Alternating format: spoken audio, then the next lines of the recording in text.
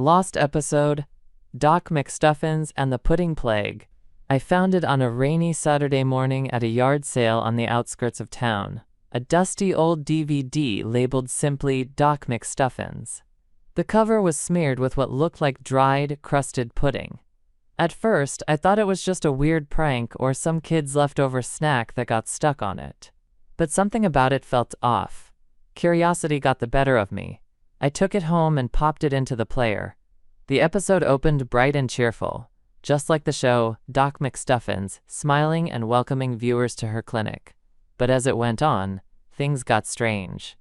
Doc was called to operate on a patient who looked odd. The patient was a ragged stuffed bear, eyes dull and threadbare. Doc's usual shiny, colorful tools were replaced with rusted, barely functional instruments. She tried to fix the bear's arm with a scalpel that was blunt and bent, scissors that barely cut. Her hands trembled as she worked. The tension was palpable, but the episode kept rolling. The patient's condition worsened visibly. Suddenly, the bear's chest stopped moving.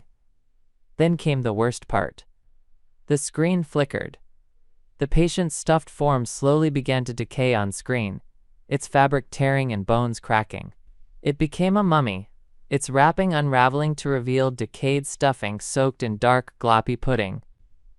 From every orifice, eyes, mouth, torn seams, thick, foul pudding began to spew, spreading and bubbling like some living ooze. The camera zoomed in on the puddle, oozing from the mummy's mouth, glistening and sinister. Doc Mcstuffins stepped back, her cheerful smile gone, replaced with a haunted look. "Remember," she whispered, "never play with pudding." The screen went black, but the nightmare didn't end there. That night, I woke to a strange, wet sound. Pudding, the same thick, crusted pudding, was seeping out from the walls of my house, pooling on the floor. It smelled sour and rotten, impossible to wash away. I screamed as the pudding oozed closer, swallowing my feet, crawling up my legs like some living thing hungry for more. The last thing I heard was Doc's voice, whispering over and over, "Never play with pudding." To this day, I can still feel it. The pudding in the walls, the endless creeping horror, and the lesson that some things, like pudding on a lost DVD, should never be touched. After that first night, nothing was the same. At first, I tried to convince myself it was just a nightmare, a horrible fever dream born from the strange episode one watched. But the pudding was real. It started small.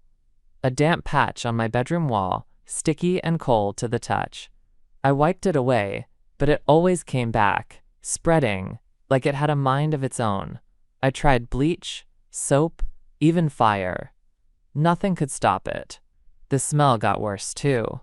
A sickly sweet rot that clung to my clothes and filled my nostrils, making it hard to breathe. Sleep fled me. Every time I closed my eyes, I saw the mummy bear's hollow eyes, leaking thick pudding, the oozing black sludge bubbling and expanding like some living plague. I started hearing it too, a slow, wet squelching coming from inside the walls. At first I thought it was plumbing, or maybe mice, but no, this was something else. Something alive, something hungry. I stopped inviting people over. They noticed the smell, the strange stains on the walls, the desperate look in my eyes. My work suffered. I forgot appointments, misread emails, became a ghost of myself. At night, I'd sit in the dark watching the pudding move. It would pulse like a heartbeat, spreading across the floor, climbing up the baseboards, inching toward me. I screamed, but no one heard. I started to see figures in the ooze, dark shapes that flickered at the edge of my vision. Faces made of pudding, twisted and contorted, whispering secrets I couldn't understand.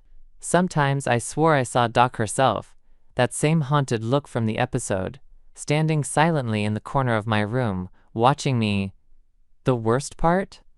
The pudding seemed to infect my mind. Thoughts I never had before, whispers that pushed me to play with pudding, to surrender. I resisted, but it was a losing battle. I tried to destroy the DVD, smashed it, burned it, threw it in the trash, but it always reappeared on my shelf, covered in that same crusted pudding.